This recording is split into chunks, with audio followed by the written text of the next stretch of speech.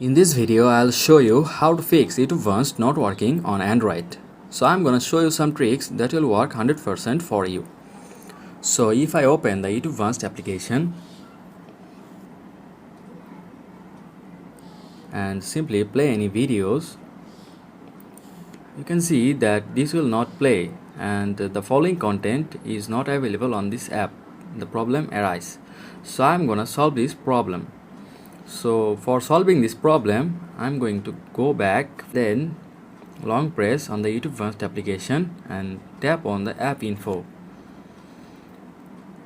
Tap on the storage users option and then clear the cache and also clear the data, and go back and open YouTube Vanced application again. Enable everything, close it and sign into an account. And after signing by Gmail account in YouTube Vanced, if I play any videos now, it will play smoothly.